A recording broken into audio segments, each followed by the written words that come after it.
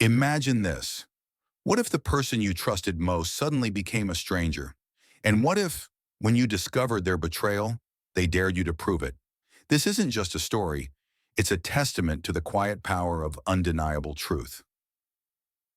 Last Thursday evening, a peculiar silence settled over my apartment as I stood in the hallway, a vibrant emerald silk scarf clutched in my hand. It was undeniably beautiful, soft to the touch, and carried the unmistakable scent of an exclusive hotel's amenities, mingled with a crisp, unfamiliar cologne. It certainly wasn't Kaylin's. No screams, no tears, just one simple, piercing question that hung heavy in the air when she walked in. "Kaylin Caney, are you having an affair?" She didn't flinch.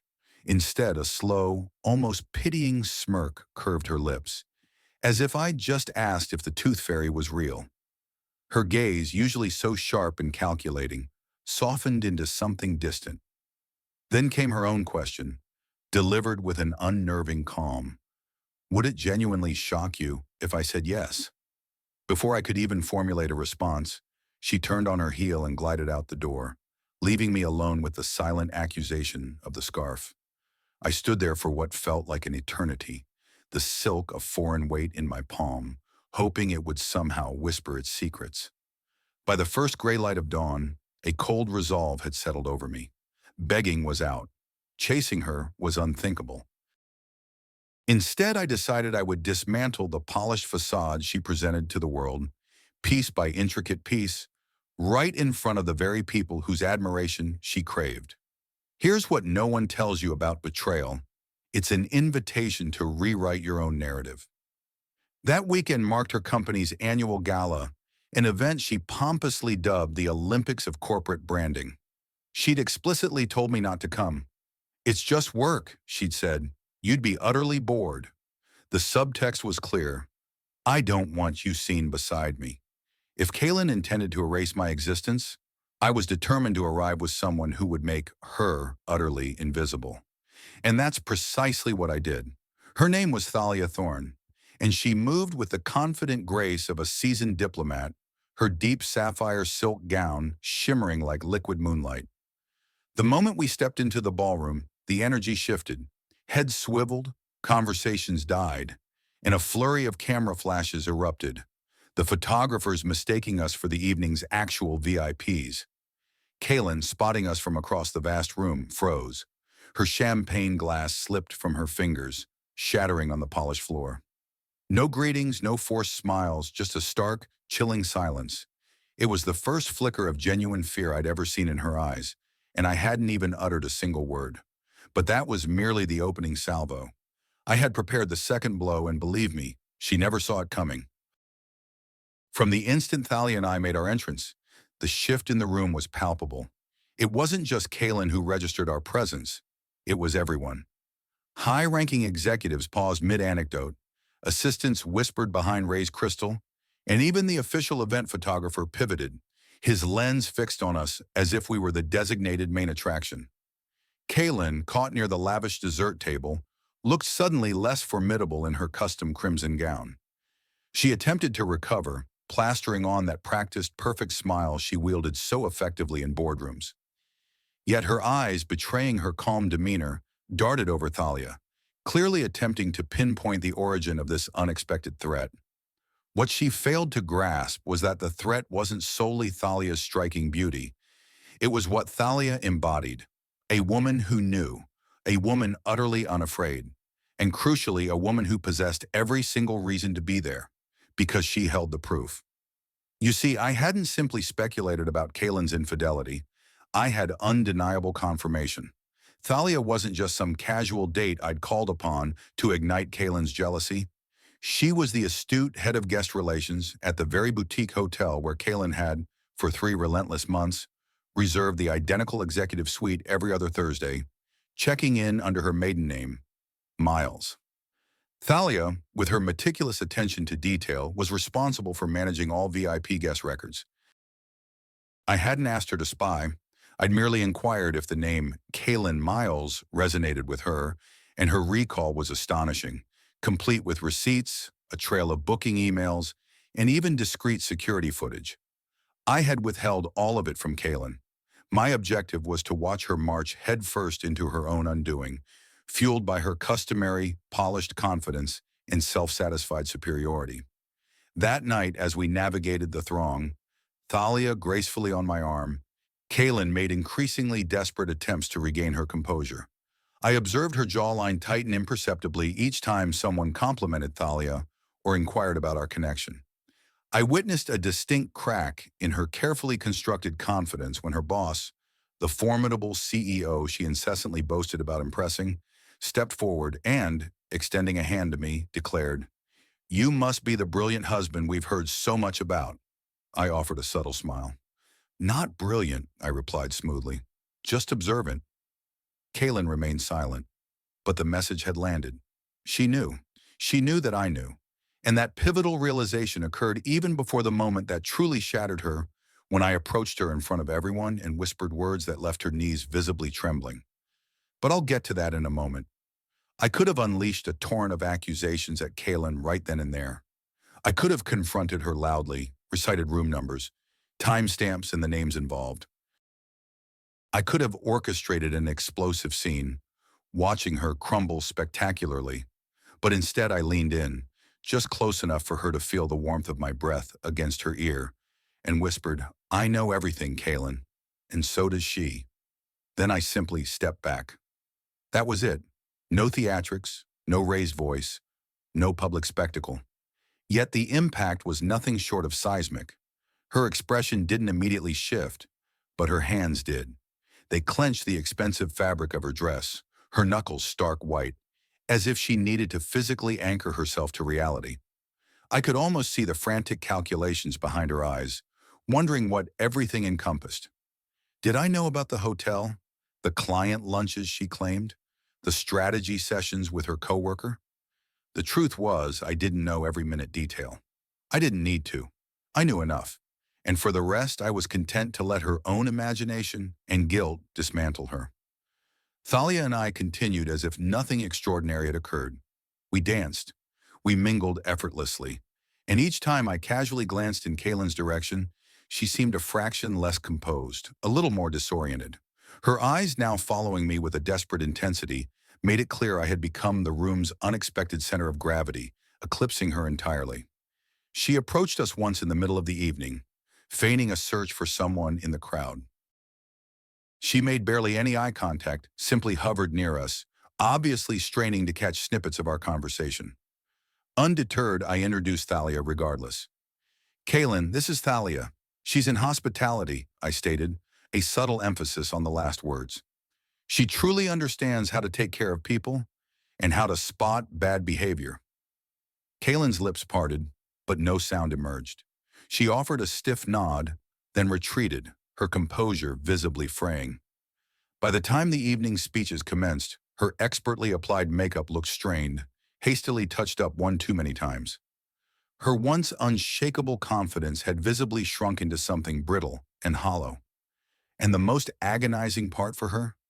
She still had no idea what was truly coming next, because I hadn't revealed the full truth. I hadn't told her I wasn't just there for the gala. I had another, far more precise plan in motion, one meticulously designed to expose her reputation and unravel her carefully woven web of lies completely. And the first strike of that plan would be delivered before dessert even had a chance to be served. What's the real secret to taking down an illusionist? It's not aggression, it's an almost surgical patience. It's allowing them to cling to the false belief of control just long enough for the floor to vanish beneath their feet. That's precisely why I waited until after the final, resounding toast. The grand ballroom had descended into an expectant hush as the company's CEO, a woman of formidable presence, raised her glass to honor the firm's most significant accomplishments. Champagne, already poured and sparkling, had been distributed to every guest. Each silver tray, placed with meticulous care across the vast room, held a single item that didn't belong. A pristine white envelope, unmarked, sealed with a distinctive gold wax stamp. Inside that envelope lay printed copies of Kaylin's discreet hotel booking confirmations, all traceable to her private email. Thalia, with her unparalleled access, had been instrumental in securing every piece of evidence. I didn't need to expose her to the entire room. Just one crucial person, her boss, the very CEO Kaylin idolized and endlessly gushed about impressing. I had made an arrangement with a catering staff member, a sharp college student who clearly harbored no fondness for Kaylin's condescending manner, to deliver that specific tray, the one bearing the envelope, directly to their table. No questions, I'd instructed. Just slide it subtly in front of the CEO as if it's merely part of the evening's proceedings, then observe. From across the opulent room, I watched the CEO. She leaned forward, a flicker of confusion crossing her face, then a sudden, profound stillness as her eyes absorbed the contents. The toast hadn't even concluded. Kaylin didn't immediately register the envelope itself, but she undeniably saw the CEO's reaction, the abrupt change in posture, the sharp, almost accusatory glance in her direction. It was then that Kaylin's hand instinctively shot out, gripping her wine glass, her knuckles turning white. I could tell she was unraveling, the initial fear now escalating into outright panic. She abruptly left her table, phone clutched in her hand, typing furiously. My own device buzzed seconds later. A text from her. "What did you do?" I didn't respond. Instead, I simply slid my phone across the table to Thalia, allowing her to read the message. Thalia's lips curved into a subtle, knowing smirk. "She's spiraling," she whispered, her eyes alight with satisfaction. "Good." Kaylin vanished from the ballroom shortly thereafter, and the low hum of whispers followed her. Her boss never directly confronted her in front of everyone, but the ripple effect was undeniable. People noticed. The envelope had executed its mission perfectly. But I wasn't finished. Kaylin still possessed one more illusion, one last mask she clung to, and I had the perfect person waiting to strip it away. Why do we always anticipate the grand, dramatic confrontation? Sometimes the most devastating blow is delivered with a quiet knock on the door. I heard nothing from Kaylin the next morning. No calls, no texts, no performative voice notes feigning normalcy. This silence spoke volumes. Everything was decidedly not fine. That envelope had struck her precisely where it hurt most. Not just her colossal ego, but her meticulously crafted image of absolute control. I knew she'd attempt to spin it. She always did. Probably a jealous ex, a misunderstanding, a prank, her usual tired script. But I wasn't relying solely on that single moment of exposure. I had one more surprise in store, and this time it would literally arrive at her front door. You see, for weeks, I had been in discreet contact with someone she believed was entirely out of the picture. Someone she had ruthlessly ghosted once her new polished life became too glossy for inconvenient old attachments. His name was Miles Mather, her younger brother. They hadn't spoken in nearly a year, not since she'd skipped their father's memorial service, claiming an unavoidable client dinner. Miles had harbored suspicions about Kaylin's character for a while, a quiet unease. So when I sent him a message asking if he'd be interested in discovering what his sister was really up to, he didn't hesitate for a second. I furnished him with everything: the hotel records, the detailed receipts, the litany of lies. But more profoundly, I conveyed to him the emotional toll she had inflicted upon me, the casual belittling, the chilling coldness, the smug, dismissive smirk. I didn't instruct him to confront her, but he chose to anyway. He arrived at her chic condo unannounced the morning after the gala. Kaylin answered the door, still in the vestiges of last night's makeup. Mascara smudged like weary war paint. And there he stood, holding the very same sealed envelope I had given her boss. I wasn't physically present, but Miles called me immediately afterward. He recounted how she had visibly crumbled the instant he uttered my name. She desperately attempted to frame it as a misunderstanding, suggesting I was going through something. But Miles, unflinching, refused to let her rewrite the narrative. He told her point blank, "You're not the victim here, Kaylin. You're just furious that he finally played the game better than you did." She predictably slammed the door in his face. Of course she did. But the damage was irrevocably done. Her last perceived safe connection, family, now knew the truth. She had nowhere left to hide, and as much as she loathed being exposed, what was coming next would leave her utterly begging for invisibility. Kaylin had always prided herself on being untouchable, the quintessential woman who never flinched under pressure, who commanded the last word in any room, who moved as if the world owed her a standing ovation. But that week, the applause abruptly ceased. It began with her conspicuous absence from work the Monday after the gala. No posts, no check-ins, not even the meticulously curated stories she typically flooded her social feed with. Then an unexpected message pinged on my phone from one of her colleagues, a woman I barely knew, cautiously asking if everything was okay. She looked shaken. The text read, "People are talking." I didn't respond. I didn't need to. Kaylin had constructed her entire life like a showroom. Glossy surfaces, perfect lighting, every detail arranged just so. But now people were finally venturing behind the curtain. And what they discovered wasn't a woman in control. It was a woman cornered. I later learned that her boss had requested a private meeting. No immediate termination, not yet. Just a formal conversation with HR present. It didn't take a genius to surmise how that went. Apparently, the CEO didn't even raise her voice. She simply slid the envelope across the polished table and asked, "Would you care to explain this, Kaylin?" Kaylin didn't. She couldn't. She attempted her classic maneuvers, deflection, blame, even a few artful tears. But this time, they were utterly ineffective.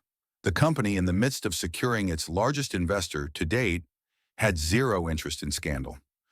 By Thursday, her name had been quietly removed from two key client accounts, and her calendar had been systematically cleared of all upcoming meetings. A silent exile, the kind that inflicts a far deeper wound than outright dismissal. But that wasn't the end. Not even close. In just 7 days, your entire perception of someone can crumble. That Friday, a delivery arrived at our old apartment, the one I'd quietly moved out of weeks prior. It was a thick, pristine white box, her name elegantly inscribed in the handwriting she once used for whimsical love notes left on my desk. She opened it. I know she did. Inside, there was no accusatory evidence, no bitter letters, no raging screed, just a single, faded photograph, the very first one we ever took together, tucked beside a folded copy of the hotel loyalty card I'd discovered in her coat pocket 3 months earlier. Nothing written, no threats, just the potent memory of who she used to be, juxtaposed against the irrefutable proof of who she had become. Later that night, I received the first message that genuinely sounded like her. "Please stop." But we were well past please. She was finally experiencing the crushing weight of what I had endured for years, and the true gravity of that was only just beginning to settle in. Kaylin had always managed to be one step ahead, in her career, in her conversations, even in her elaborate lies. But now she was chasing shadows. I could discern this from the frequency of her texts, often devoid of substance. "Can we talk?" "I'm confused. You've made your point." But I hadn't made my point. Not fully, because she still clung to the belief that this was merely about revenge, that I was punishing her solely for the affair. What she fundamentally failed to grasp was that I wasn't interested in punishment. My true desire was for her to finally confront the unvarnished version of herself she had hidden for so long, and then truly live with it.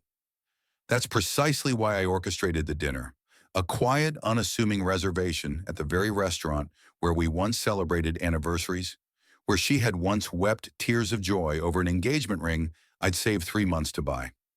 I made the booking under my own name. I even pre-ordered her favorite vintage wine. I knew with absolute certainty that she would show up. She simply couldn't resist a scenario she didn't control. And she did, arriving precisely on time, cloaked in a beige trench coat and dark sunglasses, as if she were walking into a cleverly laid trap. But when she settled into the elegant booth, it wasn't me who greeted her.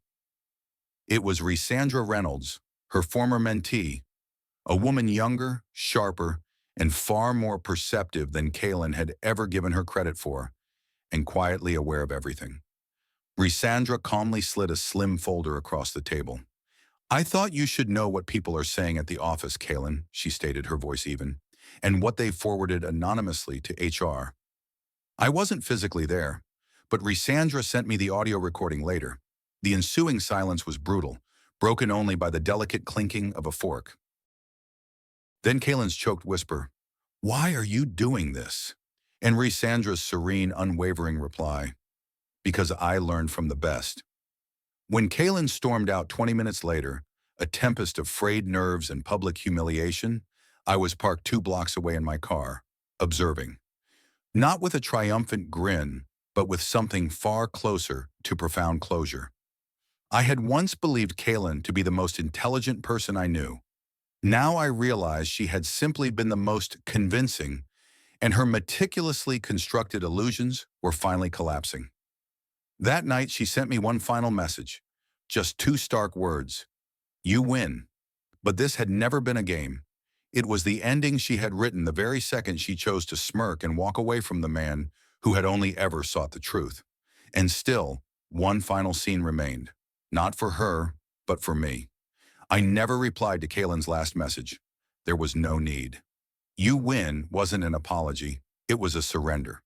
A quiet, albeit resentful acknowledgement that the version of herself she used to wield with such effortless control had finally crumpled under the crushing weight of its own deception. I could have lingered, rubbed it in, prolonged the agonizing narrative, but instead I chose the quiet dignity of walking away. A week later, I officially closed the lease on our old apartment. My hands, surprisingly, trembled as I signed the final paperwork. Not from sadness, but from a sudden, stark realization of how impossibly heavy everything had become, and the immense lightness that came with finally letting it go. The suffocating silence in that place used to sting. Now it felt like profound peace. I left the keys on the countertop and walked out, carrying nothing but my car, a single bag, and the quiet, undeniable certainty that I didn't need closure from her. She had penned her own ending the moment she chose that cold smirk instead of an honest word. And me? I was finally beginning to write something new.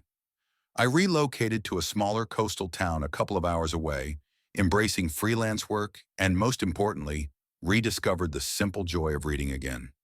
Not the superficial bestsellers she used to pretend to enjoy for book club small talk, but real, meaningful literature. And as strange as it sounds, the most profound healing arrived weeks later, in the most unexpected of places, a quaint weekend market. I saw Thalia not in gala silk or expensive heels, but in comfortable jeans, a soft, loose sweater, and her hair casually swept into a messy bun. We talked. We laughed. We sat on an old wooden bench sipping cheap, comforting coffee, and for 10 entire minutes we didn't say a word. And for the first time in years, silence felt not like an absence, but like absolute safety. I don't know where it will lead. I'm not rushing into anything.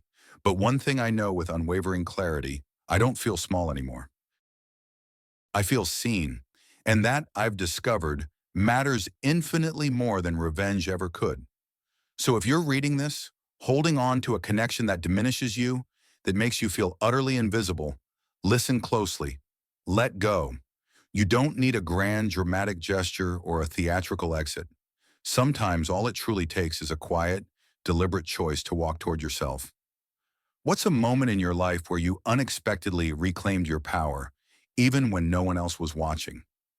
Share your story below.